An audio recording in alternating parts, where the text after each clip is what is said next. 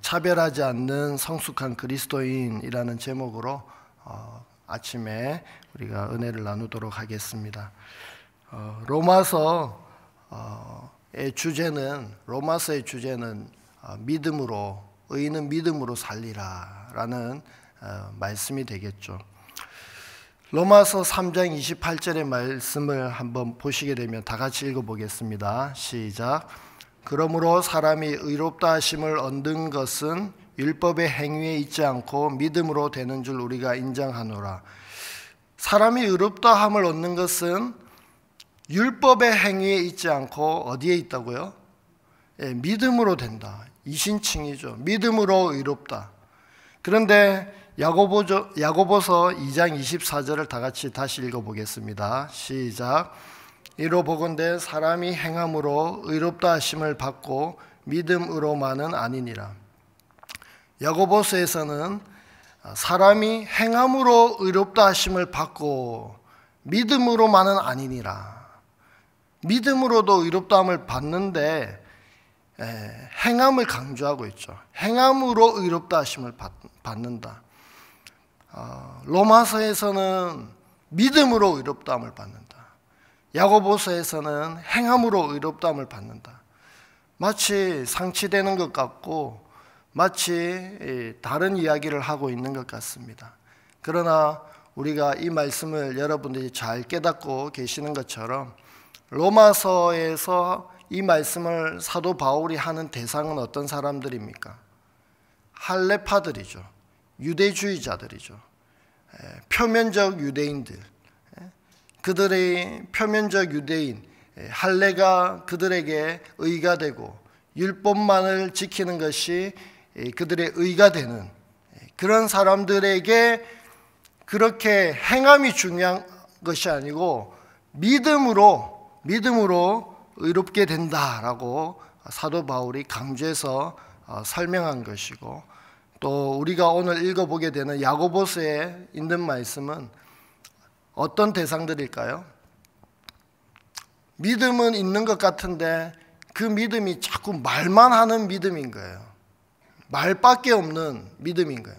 말만 무성한 믿음인 거예요. 말만 유창하고 말만 잘하는 믿음인 거예요.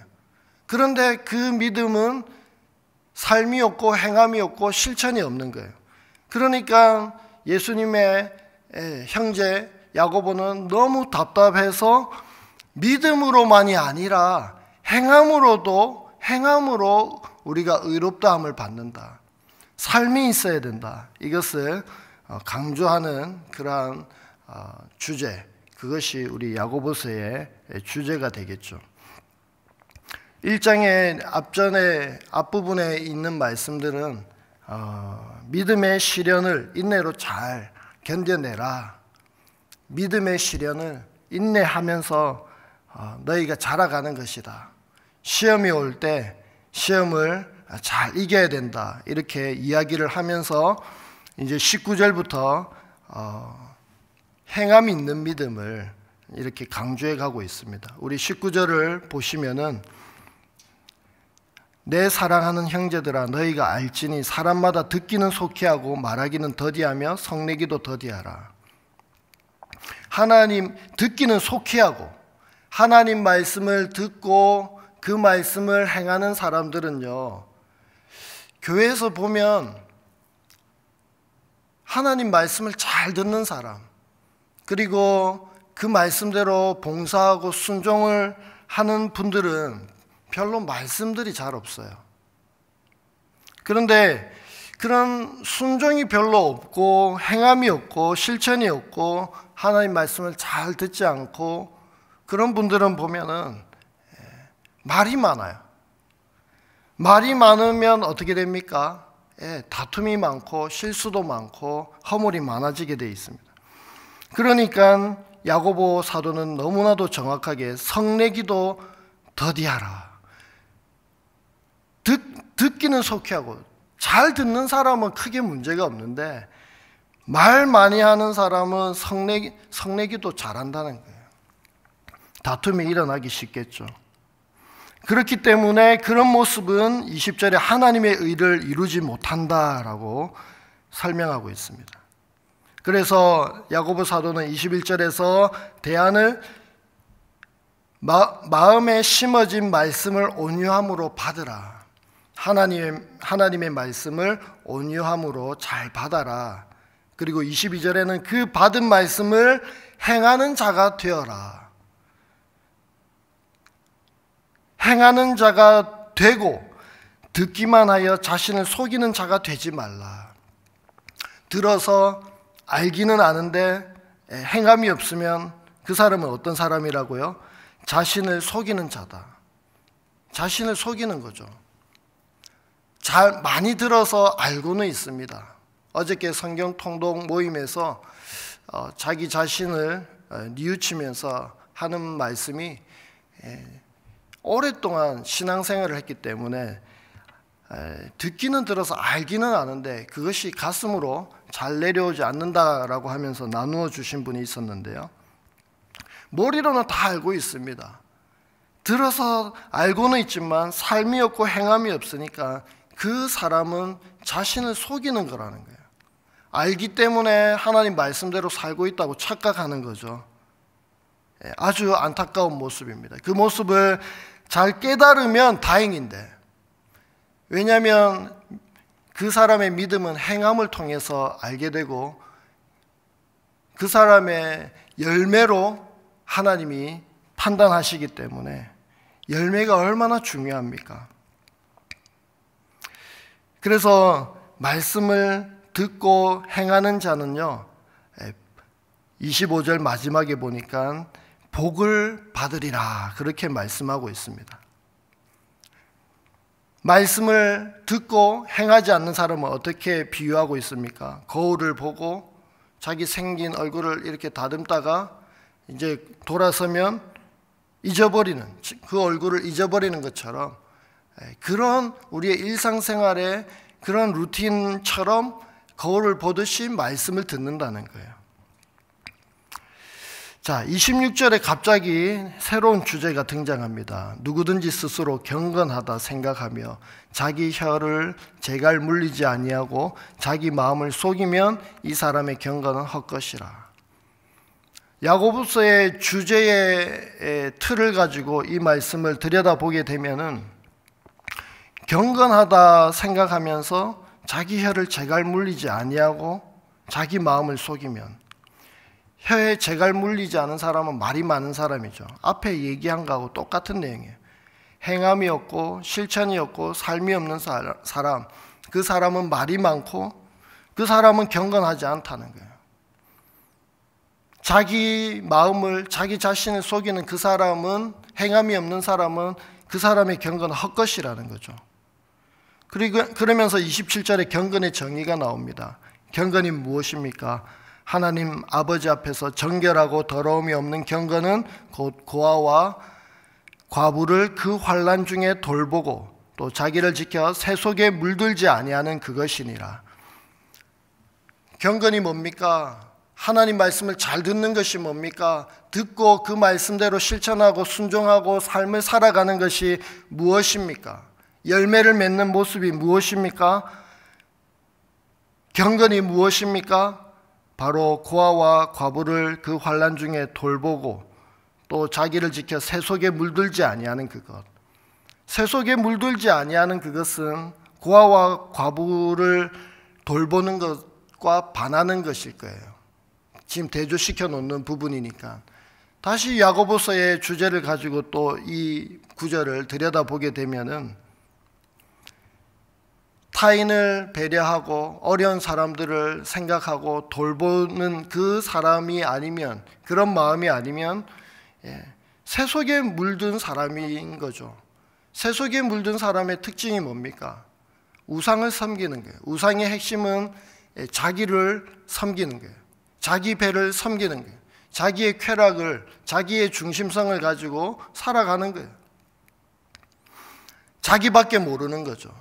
욕심이 가득 차 있고 자기가 어떻게 대우를 받고 어떤 것을 이루어가면서 온통 자기 생각밖에 하지 않는 거예요. 옆에 사람은 죽어나가는데, 옆에 사람은 추워서 잠도 못 자고 있는데, 옆에 사람은 돈이 없어서 쩔쩔매고 있는데, 옆에 사람은 신음하고 고통 중에 있는데 그 사람은 안중에도 없고 자기밖에 모르고 자기 생각만 하고 자기 배만을 위해서 살고 자기 중심으로 살아가는 것입니다. 그것이 우상입니다. 그러면서 2장 1절에 내 형제들아 영광의 주 우리 주 예수 그리스도에 대한 믿음을 너희가 가졌으니 사람을 차별하여 대하지 말라. 앞절에서 고아와 과부를 돌아보라 라고 소외된 이웃들에 대해서 등장시키더니 2장 1절에는 그런 연약한 사람들을 차별하지 말라라고 나옵니다. 그러면서 쭉 나오는 내용들은 이제 아주 부유하고 옷 잘 입고 똑똑해 보이는 사람들이 교회에 오면 아주 따뜻하게 반기고 여기 앉으라 저기 앉으라 하면서 정말 냄새나고 남루하고 가난하고 소외되고 아무 교회에 나한테 도움이 될 것 같지 않은 사람들은 저기 앉든지 내 발 올려놓는 상에 앉든지 네 마음대로 해라, 이렇게 하지 말라는 거죠. 그게 차별이고 그런 차별을 하지 말라는 거예요. 9절에 보니까 그렇게 차별하면 죄를 짓는 것이니 율법이 너희를 범법자로 정죄하리라 그렇게 말씀합니다. 그러면서 13절에 긍휼을 행하지 아니하는 자에게는 긍휼 없는 심판이 있으리라. 긍휼은 심판을 이기고 자랑하느니라. 우리 주님이 우리가 주님 앞에 섰을 때에 우리가 주님의 긍휼함을 입는 그 조건이 말씀대로 살아가는 거예요. 그 주님의 말씀은 고아와 과부를 너희들이 세속에 물들지 않고 소외된 이웃들을 챙기면서 사랑하면서 그들을 차별하지 말고 살아라는 것이죠. 저는 1년 정도 지금 서울역 사역을 하고 있습니다. 그런데 이 사역을 하기 전에는 돌이켜 생각해 보니까 내가 참 신앙생활을 잘못했구나 그런 생각을 합니다. 이 사역을 안 했더라면 어떻게 내가 하나님의 마음을 이런 부분에서 조금 놓치고 살았겠다라는 생각이 들어요.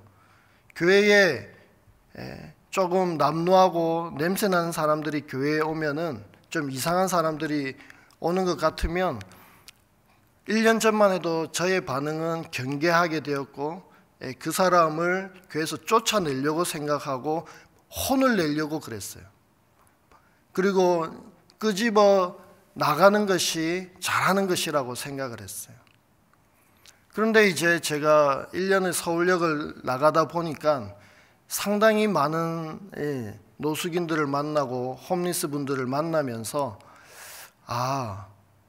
이분들 안에도 정말 순수하고 하나님이 만든 형상이 있고 또 영혼이구나 라는 것들을 깨닫습니다. 실제적으로 사역을 하는 현장 가운데 알코올 중독으로 엄청 욕을 하고 입에 담지 못할 자매님들에게 입에 담지 못할 욕들을 하고, 그래서 제가 사역팀을 철수시키면서 그냥 가면 안 되겠길래 그분을 만나서 대화를 시도했어요. 그런데 그분들의 특징은 자존심이 아주 세고 자기를 무시하는 것에 대해서 견딜 수 없어 하는 거예요. 왜 그렇게 욕을 하는가 들어보았더니 섬기는 사람들이 주머니에 손을 넣고 섬겼다는 거예요. 그게 엄청 기분이 나빴던 거예요. 그래서 그거는 오해라고 얘기하고 설명해주고 우리는 여러분들을 섬기려고 왔습니다. 여러분을 존중합니다. 그리고 예수님이 사랑하라고 해서 사랑하는 마음으로 왔습니다. 그러면서 설득을 하고 계속 설득을 하는 가운데 마음의 문이 열리더라고요. 욕이 저한테도 처음에 욕을 했거든요. 그런데 욕이 없어지게 되고 마음을 열게 되고, 그러면서 눈물을 또 쏟아내면서 또 기도를 받으면서 그러면서 얼싸안으면서 그렇게 한 분씩 마음이 회복되는 것을 느껴요. 어떤 분은 망규라는 아저씨가 있는데 어떤 아저씨는 너무 인상이 차가워요. 그 인상은 입꼬리가 쭉 내려가가지고 이렇게 다니시는 분인데 말을 걸기가 무서워요. 그런데 갈 때마다 한마디씩 말을 붙이고 했더니 어느 날 갑자기 그분 바빠서 그분에게 찾아가지를 못했는데 오히려 그분이 찾아와서 이제 내 안 만나는겨 하면서 경상도 사람인데 이제 관심 없는겨 하면서 막 그렇게 다가온단 말이죠. 그분들이 아주 험상궂게 생겼고 씻지를 않고 남루하고 또 욕을 하고 아주 에티켓이 없는 그런 베일에 가려져 있지만 그 커플만 벗겨내고 나면 역시 하나님이 만드신 걸작품이고 하나님의 형상이고 영혼이더라는 것이죠. 그 베일만 벗겨내는 자리까지 가면 그분하고 소통이 되는 거예요. 그리고 그분들과 대화를 나누고 복음을 나누고 교회를 다니게 되고 예수님을 영접하게 되는 일들이 일어나게 됩니다. 어떤 분은 저는 이분이 서울역에서 두목인지 몰랐어요. 그런데 패거리들과 함께 엄청 술을 퍼마시는 거예요. 근데 유독 제가 그 사람한테만 가게 되더라고요. 그래서 그 사람에게 말을 거니까 옆에 있는 사람들이 욕을 하면서 가라고 그러더라고요. 그런데 끝까지 저는 무서울 게 없잖아요. 하나님의 대사잖아요. 복음의 능력을 가지고 있잖아요. 그 어둠의 권세를 유일하게 잡을 수 있는 그 예수의 이름을 가지고 나아가니까 두려울 게 없어서 당당하게 갔고 제가 싸워도 질 것 같지는 않더라고요. 잘못된 마음이지만 농담입니다. 그렇게 다가가서 계속 복음을 전했어요. 그러니까 그분이 결국에 자기 아버지가 목사님이라고 고백을 하고 또 그 자리에서 울고 그리고 아버지하고 통화를 시켜주시고 또 그분이 또 기도를 절대 안 받겠다고 했는데 기도도 받으시고 지금은 가면은 아주 친하게 또 얘기도 나누고 와서 또 기도 받으러 오고 그런 게 되더라고요. 근데 이분이 보스였었는데 이제 이분보다 더 힘이 센 분이 생겼습니다. 이름을 밝히자면 모 현수 아저씨인데 그 아저씨가 지금 가장 힘이 셉니다. 그분이 지금 한 번은 사역 나갔을 때 사람을 심하게 때리더라고요. 그래서 제가 말렸어요. 그리고 그 맞은 사람을 돌보고 약을 발라주고 그렇게 했을 때 이 현수라는 아저씨가 마음을 돌이키더라고요. 그리고 저한테 와서 기도해달라고 하더라고요. 그러면서 지금 새벽에 이렇게 잘 나오고 이렇게 예배도 드리고 교제하고 있습니다. 여러분, 이 커플만 벗겨내고 들어가게 되면 그분들도 아주 하나님의 사람이라는 것을, 하나님의 영혼이라는 것을, 하나님의 사랑하는 자녀라는 것을 느끼게 됩니다. 우리 교회가 지금 새벽에 또 이런 분들이 300~400명 오고 있는 상태고 성도님들이 오실 때 무섭다고 또 많이 표현하시고 또 새벽 식당에 팀 모임할 장소도 없고 또 어렵다고도 얘기하시고 또 밥만 드시고 이분들이 밥만 먹고 간다고 이렇게 말씀하셔서 이제 이분들과 함께 5시에 예배를 드리고 오늘 조시아 목사님이 저 대신에 말씀을 전해 주셨는데 예배 드리고 또 식권을 나눠줘서 질서 있게 내려가서 식사를 하고 또 그분들이 앉았던 자리들은 또 알코올로 깨끗하게 소독을 하고 식사하시고 올라오시면 또 소예배실에서 상담하고 우리 권사님 집사님들이 상담을 해주시고 이렇게 자원봉사자로 83분이 매일 섬겨주고 계십니다. 요일별로 로테이션으로. 그리고 이분들이 또 성경 통독을 7시부터 9시까지 이렇게 사무실로 가서 또 하게 되고 이런 모습들을 보면서 참 차별이 없는 우리 삼일교회가 홈리스 분들에게, 소외된 이웃들에게 차별 없이 대하는 참 사랑을 가졌구나라는 마음에 얼마나 기쁜지 모르겠습니다. 저는 처음에 엄청 차별을 했고 또 그런 무시하는 마음도 목사지만 있었어요. 그런데 이런 마음들이 조금씩 생겨나더라고요. 사랑하는 우리 성도님들도 새벽에 그분들을 만나시게 되면은 좀 따뜻한 눈으로 또 맞아주시고 환영해 주시고, 지금 그분들에게 복음을 전하고 있고, 이분들이 지금은 이제 저는 가족 같아요.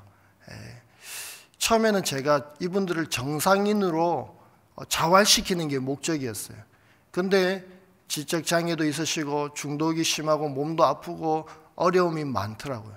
그래서 이제는 그 목적도 궁극적이지만 먼저 가족이 돼야 되겠다, 삶을 나눠야 되겠다, 같이 살아야 되겠다, 이런 마음이 듭니다.